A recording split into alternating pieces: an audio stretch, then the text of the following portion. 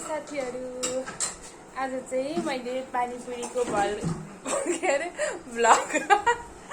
Vlog लिएर आएको छु हैन। हेर्नुहोस् है, यो चाहिँ पानीपुरी रेडी गरेर राखेको छु। यो चाहिँ पानी हो, यो चाहिँ पुरी हो हैन।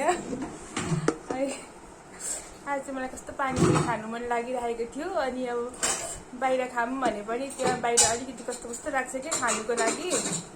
अनि त्यही भएर मैले आज घरमै होममेड बनाएको छु। हेर्नुहोस् कति मिठो छ, खाएर साथीहरू हेर्नुहोस् है त। पानी पोख्यो।